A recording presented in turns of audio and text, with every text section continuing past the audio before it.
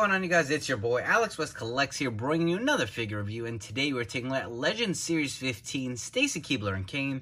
Remember, the Legends line is exclusive to Target, so start checking your local Target stores. These are now hitting shelves. I was able to go in there and grab these two figures. You know, Kane is one I was really looking forward to. Once we saw his proto images, I was like, this is definitely like an upgraded version of that Decade of Domination Elite that we got not too long ago, which was a Walmart exclusive. When they announced Stacy Keibler, that was very interesting. It wasn't a figure I was, you know, really yearning for, but it's just interesting that they were able to get the rights to her. I'm glad that we have her in the Legends line. Definitely a surprise announcement, if you ask me. But both look great in their packaging. You can see the image of Stacy in the front. First time in the line. Really do love that. The awesome image of Kane. Take a look on the sides. You get the image of each superstar.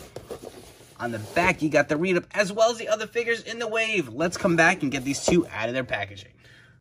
So starting us off, we are taking a look at Stacy Keibler first, and her accessories do include two interchangeable pointing hands. She also does come with an interchangeable head with the hair up in the bun. Really do like the likeness to this. Really looks a lot like Stacy Keibler. I do really like how that came out. And you can see the figure head that it originally comes with on the body is the long hair down. I think both have a great likeness, and you can see these glasses here are removable. We'll get that off, and you can see the likeness of the scans. Let me know down in the comments which one you like better. Personally, I think both look great, and I was totally like blown away when they announced this. I didn't think we'd ever get a Stacy Keibler figure, and you know, with San Diego Comic-Con a few days ago, they announced Tori Wilson, her counterpart, is also coming. So very great to see more Ruthless Aggression era figures coming out, especially in the Legends line and the RA line. Just been really phenomenal. But both head skins look great, and in case you're wondering, the glasses do pour in to both heads, just like, say, a Hulk Hogan bandana. They kind of go underneath the hair. You can see she's got two little strands here, and you can pour the glasses on there. Just get them on the right angle, and they do look pretty nice. I do like the look of it. You got to play with it a little bit just to kind of get in the right spot, but I promise they do look better than kind of how I'm doing freehand here. She also does come with this clipboard, nothing on it. Kind of similar to what we got with Batista, the Ultimate figure. If you guys did want to see what the head with the shorter hair looks like, I will pop that on there. Fix the glasses up.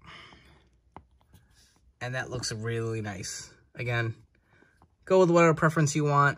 I think they're both a good likeness. I think I'm leaning towards the long hair, personally. And the attire, very simple, kind of like the Secretary-esque outfit. And, you know, this could go for a WCW version or a Ruthless Aggression era. Again, whatever you grew up watching Stacy or like best. You can see she's got the long legs, of course, what she's known for. The heels, this is what I hate about Mattel figures. Figures that come in these heels are such a pain in the ass to stand.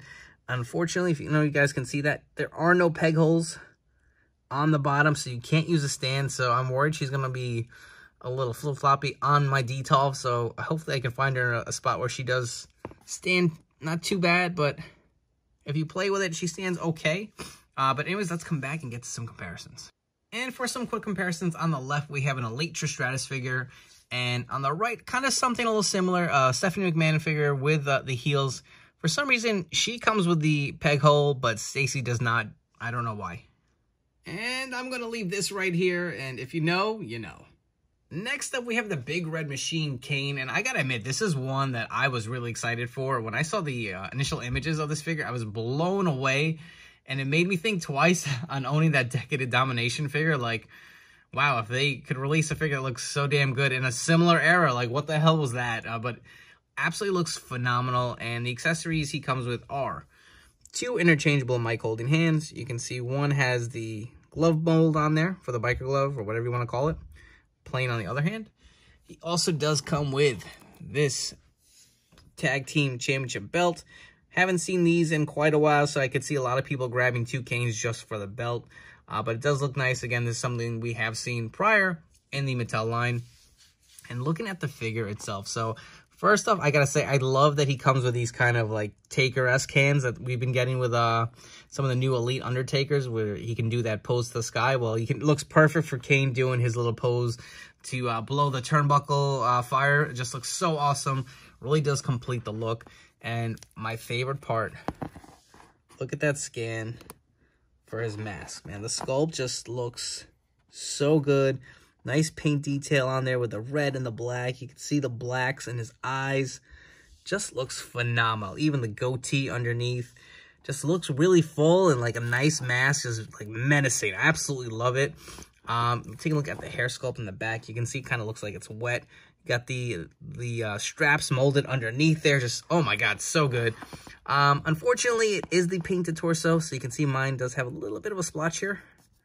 Not too bad, his hair will cover it, but again, this is the downfall of these painted torsos. I wish they would just come in the molded one, but cost cutting techniques, unfortunately, especially with all this inflation going on, I get it. I see the nice detail on his singlet with the red and the black. See the paint for what's supposed to be, I guess, a belt. More straps on his leg. Look at the red knee pads. To me, that really makes such a difference on this figure, that the Decade Domination figure, I'm sure, is probably based on more of a different attire, but these red knee pads really just add something to this figure. I can see the nice sculpting on the boots with the red. Just love how that came out. Continuing on the back of the figure, you can see all the details and designs. Just a solid figure. And even to point out, I mean, look, he's got the bigger arms. How many Kanes have we gotten with those small, scrawny arms? You can see they are double jointed and pinless. I'm not going to remove the elbow pads, but just adds so much more size to it. I mean, I actually did a fix-up with my Survivor Series Elite Kane, which I will show during the comparisons. I mean, just the bigger arms itself really pluses up this figure. For your Kane comparisons, on the left, we have the Ultimate Edition Series 12 Flashback Kane, one of my favorites for sure in my collection, probably still my favorite Kane that I own. In the middle, which we will do an in-depth comparison, we have the Decade Domination figure versus the newest Legends figure, and on the right, we have the Survivor Series Elite. So this is what I was talking about. If you can see on the Decade of Domination, it came with these smaller arms. I added, these were Braun Strowman arms, and I removed like the tattoo detail off of it. Look how much better and more size this figure gets with just the bigger arms itself. Adds something to it. So that's why I really do like this feature on the new Kane. Definitely think that is a plus if you guys have some extra parts lying around. But getting right into it, so let's start with the mask. So the mask itself, obviously, the Decade of Domination was to have this like removal mask gimmick. So he's got, you know, when he just shows his disfigured head for the first time. But if you weren't a fan of that little mullet thing or the shaved head and the paint makeup on his eyes, you can go with the mask version, which is what I did for my display. Now that this new Legends figure has come out, it just, to me, it blows it away. Look at the mask. This just looks goofy, never really fit right. The singlet itself, similar details, not exactly the same. You can see even the hands, just a little something different to it with these different expression. You can see the tights. Look at how the red knee pads add something. It really does pop. The boots look to be exactly the same. Taking a look at it, there is maybe a little bit of a different detail. Kind of look like flames on the front here versus just kind of like piece on the side. Looking at the back, I mean, honestly, this wasn't a bad figure, but the fact that they came out with this figure that is so much more superior, if you ask me, I mean, it just blows it out of the water. So personally, I'm probably going to display him with this head. If not, maybe I'll go back and throw on that other head that he came with, but it's just not even a comparison. Like, I hate to say, and I love Mattel, this is junk compared to what they're giving us right now. It's just on another level. This new Kane is definitely a must. And before we wrap up, if you guys haven't already, please make sure to hit that like and subscribe button down below. For you guys new to the channel, thank you so much for checking out this review. Hope you guys will subscribe and stick around for more great reviews coming up down the road. Thank you to all you guys who've been supporting me and following me throughout the years. I really do appreciate it. As far as these two Legends figures go, I'll be honest, Stacy's probably going to be the sleeper of the set, and, you know, she's a good figure, but I feel like a lot of these figures have been hitting the kind of the clearance section towards the tail end of their kind of shipment allocation. I think Stacy's one you could probably wait for if you're not a big fan of the Ruthless Aggression era. There's nothing wrong with the figure, but it's very simple. If there's one major gripe I have, I wish to God she had a peg hole so I can put her on a stand, because I know this figure's going to topple over on my display shelf. For Kane, I think Kane is probably I'm going to go out there and say my second favorite Kane in my collection. I like it that much. I really don't, I don't think it's better than the Ultimate Edition. To me, the classic debut Kane, without a doubt, will always be my favorite. But this figure just looks so nice. I just love even the little detail, like the knee pads, the mask sculpt, the bigger arms, the kind of like Undertaker, Randy Orton hand pose. Just so nice. Highly recommended. They are now hitting Target, so check your local stores for your figures there. Don't forget to follow me on Instagram at AlexWestCollects. I'll be posting a ton more figure photography of these figures on there. Get your figure news and all your new pre-orders and all that good stuff over there. I hope you guys have enjoyed this video review, and I'll catch you on the next one.